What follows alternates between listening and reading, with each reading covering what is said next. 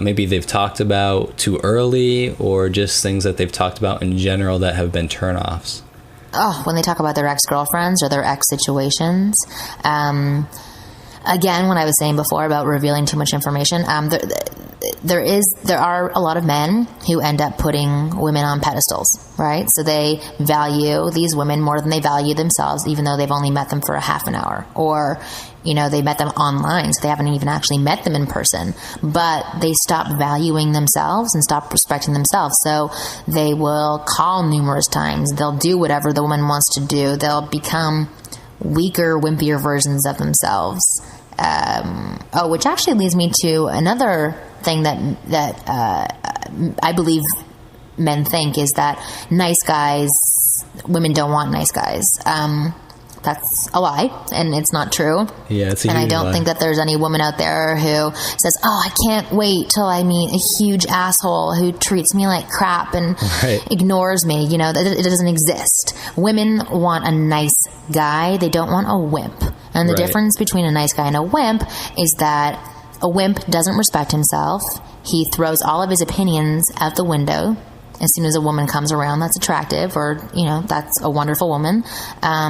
A wimp doesn't make decisions. A wimp lets somebody walk all over him, and a wimp has no boundaries. But a nice guy is a wonderful guy. A nice guy is a confident guy, is a self-assured guy, is a guy that can handle tension, is a guy that is direct, is a guy that has his boundaries. He knows what he wants.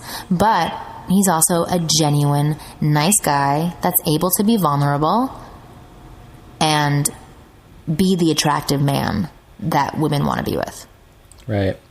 Yeah. One of the things I've been thinking about more recently, because for some reason it's been coming up a lot with different clients and people that I've been helping, is that, you know, once you get this power, once you have the ability to go up to a woman, talk to her, get her attracted, even have her even fall in love with you, you know, once you have that power, a lot of guys that haven't had this power for their entire life, they don't really know what to do with it, and they don't really know how to handle it and manage it. And so a lot of what, you know, I've been teaching certain people recently is how to have that responsibility and how to actually be a good person for, you know, the woman that you're getting involved with. And it's a lot of the same thing that you're saying, is women do want a nice guy. They want to feel protected. They want to feel that you're going to be there for her. And, you know, especially in the beginning, if they don't sense that you're a nice guy, you know, maybe if you've been in a relationship for a while and she's already hooked, she'll try to, you know, if you're an asshole, she'll be trying to turn it around, try to get more of your, try to get you to be more caring and stuff. But women do want a guy that's really nice, and a guy that treats her special and is protective of her. Definitely. I completely agree with you. That's what we're looking for. You know, a big thing is that because of media and because of everything that's out there in our society, only the most negative qualities about both sexes are talked about, you know, cheaters, liars, jerks, men being one way or being another way, women being nags and trying to change men. Those things get really projected, and it creates walls between the two sexes. But you're absolutely right. Ultimately, what both sides want is someone that understands them, and someone that is nice and caring and loving, but also really respects themselves. Right. It's attractive for both sides. It's attractive for men, and it's attractive for women. And as soon as those sides stop having those behaviors or stop thinking that way about themselves, it's not what either side wants. Right. What's the best way for a guy to get a girl into it? And probably a lot of guys listening to this don't want relationships, or maybe they do. I think deep down everyone wants a relationship with someone they really, really care about. What's the best way for a guy to get a girl into a relationship if they're just dating? To get a girl into a relationship? Well, I would say that any woman who is continuously dating you has an end goal of being in a relationship. Right. I I don't really know how to manipulate somebody to be in a relationship, but if she's sticking around, that's where she's going. Unless she's sticking around and only available past 10 o'clock at night, or, when she wants to be available, that's someone who's not looking to get into a relationship with you. But I don't think that there's a tactic to getting a woman into a relationship other than announcing that that's what you want. But again, don't give everything away too soon. Be sure of what you want. Take things slow. Take your time. If you're going to be in a relationship, there's absolutely no rush because you have an indefinite amount of time, so you don't have to make everything happen in the first 3 seconds. It's really what I believe it's about. It's about controlling your emotions, because as soon as love or, the opposite sex gets involved, we do lose control of our emotions, and we start acting impulsively. And, for men, they stop acting in a logical way sometimes. And usually that behavior becomes really annoying to women and a huge turnoff. So, for example, calling quite often or texting all the time or texting back instantly right away. Again, showing that you don't have a life, showing that you are constantly available. And I'm not saying to play games and turn your phone off for 4 hours, but if that's the tactic you need to use in the very beginning to stop that behavior, then it's something that I definitely advise. Like, there's this one guy that I was working with who had never approached a woman. So we worked together for a week, and after that first week, he was able to approach every woman, and he was getting tons of dates and blah, blah, blah. And then his next biggest problem was that he would go on all these first dates, and then he wouldn't be able to get to a second date because the woman would have a great time on the date, and then he'd call too much after, or he would text back immediately after they wrote to him, and he would turn them off. So I told him, next time that a woman texts you, text me, and then go back to her and text 20 minutes later. So he took it upon himself, whenever a woman would text him, he would throw his phone behind the couch so that it would be about 20 minutes before he would actually text the woman back. Right. And that gave him really good results, but it also trained him in a way, or taught him to hold on for a few minutes. And you don't have to be instant, because you're not going to lose her. She's texting you, which means she's open. And you can take your time getting back to her. She's not going to go anywhere. Yep. There's a concept that I talk about, which is, kind of similar to what you're talking about, is the ability to tolerate tension can be really attractive. And, a guy that feels the need to text back immediately means he's feeling that tension, and he can't tolerate it. So he needs to do something about it to get rid of it. But you need to be able to tolerate tension, not only just the tension of texting back, but also sexual tension is something that a guy needs to be able to tolerate so that he can create that and create an experience for a woman. Yes, and leverage it. Definitely. I completely agree with you on that.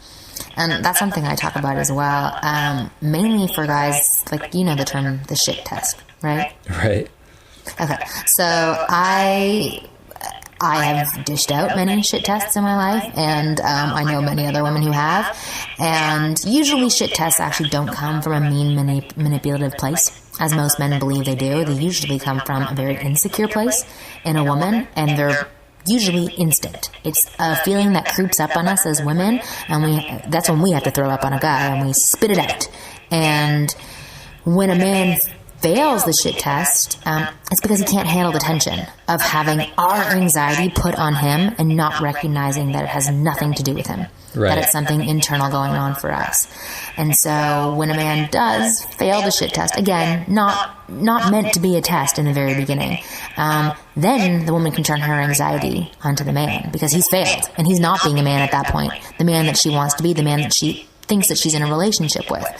So she can get disappointed in him. She can push her anxiety onto this guy. And if he allows that to affect him, then he's failed miserably. And he's disappointed her because most women think that they have it all together all the time. And in their one moment that they let it down and they fail and they get emotional and they can't handle the tension, they want their significant other to be able to handle it. And if he can't, it is the biggest disappointment for any woman, and it really sticks with her for a few days and makes her think less of him. And it's horrible. It's a horrible thing that we do. But again, it's based on our own insecurity. That's where it comes from. So if a man can handle that tension, recognize that it's from an insecurity from the woman, he will be a god, an absolute god in her eyes, a hero, the most amazing man that ever lived on the planet. Okay, let's get more specific with this, because this is really, really good. Just, the idea of tests and it coming from their own anxiety or their own insecurity. So, a guy walks up and approaches, and, I think it's also a time management tool for women that get approached a lot, is that it's just their automatic response to another guy. And it has really has nothing to do with the guy. It's nothing. Maybe she was approached the same exact way 5 minutes ago. And so it's just her autopilot response. Specifically, when a woman does give a shit test, and it'd be good to get some examples of maybe shit tests that you've given, specifically, how can a man handle them? What are some good responses, and also what are some poor responses? Well, the best way to handle it is with a smile in the beginning, because that's what men need to do, so that they can check back in with themselves. So if you feel any woman throwing tension at you, whether you're in a relationship, you're dating, or you're just approaching a woman, take a breath, breathe, smile, and relax. And that's the first thing that you can do to handle the tension, because that puts you into a better place. And then after that, you can use your voice and your behavior to calm that woman. So I'll give you an example of a shit test. So one that I've used because I am in a relationship, and one that many other women use as well, is, do you think she's hot? Do you think she's attractive? And if that man spins around, looks at the woman, and is like, I don't know. I don't know if she's sure she's attractive. Yeah, she's hot. Right. Then that is complete failure for me and for him, and it makes me question this person. But if he turns around, looks at the woman, and says, no, she's very attractive, but I'm sitting with somebody who's far more attractive, right, and has way higher quality than that woman will ever have. That's amazing. Or if you can say, I didn't even notice her, to tell you the truth. I'm too busy concentrating on you.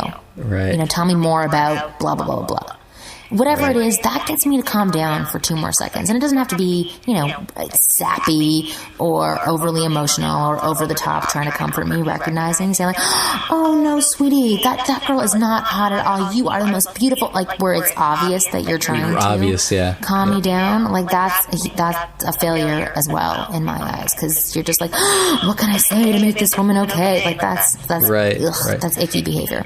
But yeah, that middle zone there where it's just like taking a breath and smiling to get you in the right mindset for it is what can lead the conversation after and just make everything okay. Yeah, that is really good. So the idea is if a girl says, do you think she's hot? Don't lie and be like, oh no, she's ugly. Yeah. Because she's obviously not. Be honest, recognize it, say, yeah, she's attractive, but you're even, more attractive and more special. Exactly. Mm-hmm. That's good. Any others more because that's more of something if you're dating a woman, but anything more on the approach, because sometimes guys will get tested immediately on the very first approach. Okay. Well, why don't you give me an example of some way that you've been tested? Well, immediately if she just turned around and says, I have a boyfriend. Okay. So again, which it could be legitimate. She could have a boyfriend, but also women will say that even if they don't. Oh, definitely. A lot of women say that because it's their protective space in the very beginning as well. Right. Because they're not sure who you are, and if they're not decided yet on who you are, then this is actually a really good time to help them decide more about you. Right. Where you can smile and take a deep breath and say, gosh, you're cocky. Look at you announcing that you have a boyfriend already. And plop down beside her and sit down and say, so, tell me something else about yourself. Again, it's really that first breath and the smile that shows that you're able to handle it. You're still not saying, oh, I'm not interested in you at all, and then pretending to be her friend after. But you're saying, I can handle this. It's totally fine if you want to throw that at me. I've had it done before. It's not a big deal. I'm still going to get you. That's great. This is really good because you're giving like the mindsets for guys to handle these, and so he can take these and kind of generalize them for other types of tests as well. Exactly. Well, the thing is that this is like an overall way of life. You know what I mean? Like, if you think about ultimately what you're attracted to as a man and what I'm attracted to as a woman, it ends up being the same thing. It's what we deem as positive, you know? And so for me, even when I was in high school, the positive behavior I enjoyed was the comfortable, confident behavior of someone that can handle attention. That's what I liked. That's what I've always liked. It's what we're attracted to on television. It's sexy to us and it's attractive to us. So if you can work your way towards becoming like that, you can get everything that you want in life, in business, in relationships, with your family members. It really is just that calmness and the ability to calm your emotions. And it's something that I'm working on, and I'm sure you're working on in some way, and we're always working on. But you have to start working on it first in order for it to actually work for you. If you let your mind go crazy, let your emotions run wild, and let yourself dig yourself into a depression, then it's only going to get you to a negative space. For everything. For women, again, for relationships, for dating, for friends, for business, everything. It's going to put you in a bad position. Sure. Sure.